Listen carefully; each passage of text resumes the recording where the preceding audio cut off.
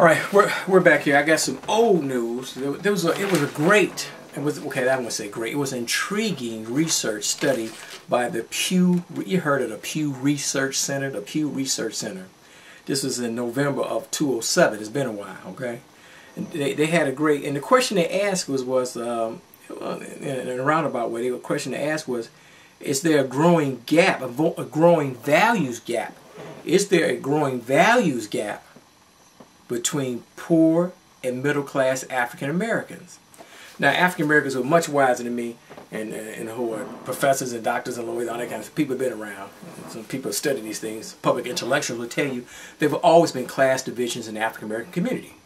House slaves, field slaves, free Negroes, slave Negroes. You had a slave, African American slave. Well, we were Negroes or colors back then, whatever. We were Negroes.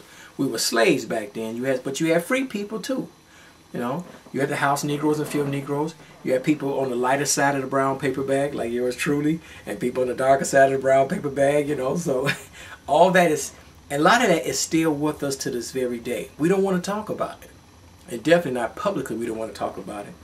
But those of you who are not African American, you ever wonder why you go in a lot of sections, some parts of the west side, some parts of the south side, you see vacant lots, and it's crime ridden, it's kind of ghetto, if you will. It's the hood. And that's mainly because, of course, a remnant of course, segregation. We know that segregation, the criminal justice system, the welfare system, crack cocaine, AIDS, what else? Racism, just downright white supremacy and racism. We know that. That's the foundation of all that destabilization. But the thing we don't really like to talk about is our own self-hatred. It's bad. And that goes back to that study about the middle class. It said, and it goes on to say, African Americans see, this is old news, it's on the computer. You can look at a Pew Research study. Pew, P-E-W, Research Center, you'll find it. African American values and widening gap. African Americans see a widening gulf between the values of middle class and poor blacks. We were called blacks for many years, you know that. And we were Negroes for a while, we was colors for a while. The Pew Research Center asked whether African Americans can still be thought. I don't like this question. The Pew Research Center asked whether African Americans can still be thought as a single race, given the diversity in the African American community. 35% of blacks say they can, 37% say they cannot. Which is, but I don't like the question. The question is kind of funky. Because, let me tell you something, they have all these studies about African Americans, and I've told you why. I don't even get in that, in this post-black era, so I'm trying not to go back to the past. But the point is, they never talk about the African American self-hatred, the distrust. That's why we don't really run a lot of the businesses in our neighborhood, because we distrust each other. That's why marriages, our relationship between men and women, our relationship with our children are just totally destabilized, totally, not all families, I know that, but a lot of families, okay? A lot of families. All families have drama. Every family has some dysfunction. We know that. But we have a greater degree of dysfunction. For every problem your community may have, if you live outside the African American community, ours is like a third and double more than what's yours. Unemployment is higher. All the diseases we have, the health concerns, the unemployment, all of it. We just have greater issues, greater drama. And it's due to self-hatred. Unadulterated self-hatred. The bourgeois. That's why I talk. See, people think I'm like, I'm going to talk about the man. I don't talk about the man. We know what the man did.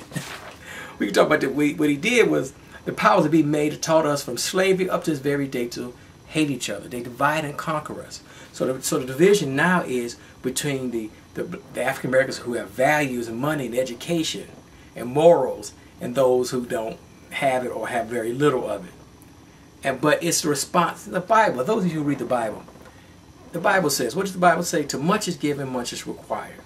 And people tell me, Mark, and sometimes I want to do it, but I've just been compelled, and Spirit of God has told me to do this show. Not no voice, of course, but I'm just compelled to do it. I always wanted to do this show, even in high school. 30 years ago, I wanted to do something like this, to just put these issues out. And if I was educated, formally educated, I wouldn't be doing this show. Okay, if I was making six figures, I was making $10,000 a month, which I love to make that kind of money. If I was making $10,000 a month, I wouldn't be doing this show. If I was on real, television, commercial television, I couldn't do this show. The people who African Americans on commercial television, they have to be, whether they want to be or not, they have to be race neutral Negroes. Like Barack the Magic Negro. No, I love Barack. That's a funny song that Rush Limbaugh has been playing for well over a year now. But the point is that they want us to be magic Negroes, okay? That's what they want us to be. And if you're African American, if you want to assimilate and integrate into society, especially on television, sometimes you have to tap. You had to tap dance back in the day, and you tap dance now. You don't have to tap dance as hard as you used to do 50, 60, 100 years ago, but you still tap dancing, okay? You really, because you have to be a race-neutral magic Negro.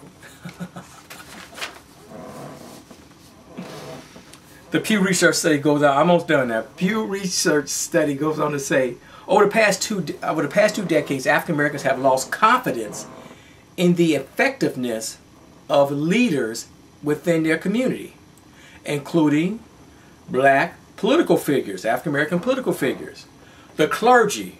You write about that. The clergy, most of them are scumbag, self-serving. I'm about to start cursing when I think about the clergy. The black preachers are full of, let me just say it, S-H-I-T-T. I mean, they're just bad news. There's debauchery going on out here big time. I'm all for debauchery. For me, I'm an adult. I can handle a little debauchery. But not for my children, not for your children. It's like junior high school. They say, junior high school and other high schools. I came back to this with a lot of, this is what I hear in the hood now. And the lesbianism is going off the hook. Now, Mark Simpson's not really against it per se. I really not. But just keep it on the down low. See, I'm old school. When I went to school back in the 70s, it was people like that. But they kept it on the down low. It was all, that's good. I mean, some people like their gays flaming. But not in high school. But when you get grown and you live on Boys Town or Halston and Belmont or Halston and Addison, that's fine. You can flame up there. But out here, just you got to keep it like the good old days. Keep it on the down low. So in junior high school, they got these girl lesbian initiations or whatnot. Junior high school and other high schools. It's all kind of craziness going on out here. And the clergy, the black preachers do not take a moral stand against the debauchery and the other. I'm gonna start cursing. All the other, there's some crazy stuff going on out here. And I'm all for for having a good time. Wow, but that's for adults, not for children.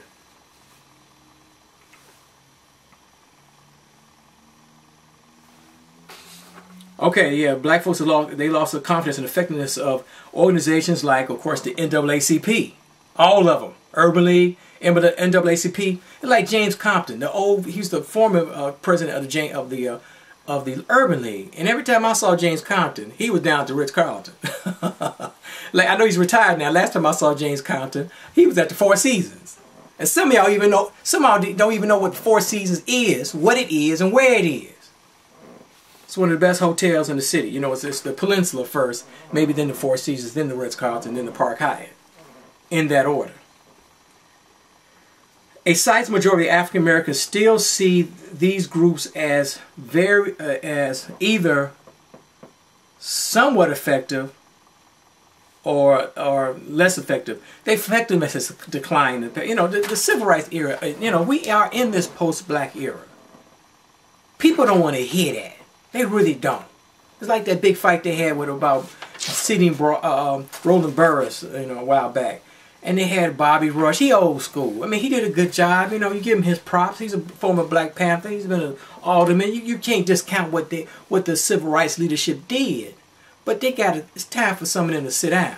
It's like me. I'm not going to do this show forever. I got to change my tune. I mean, as I get older, I'm going to be a more race-neutral Negro. I can't talk that black stuff I did when I started in 1991. It's a new day.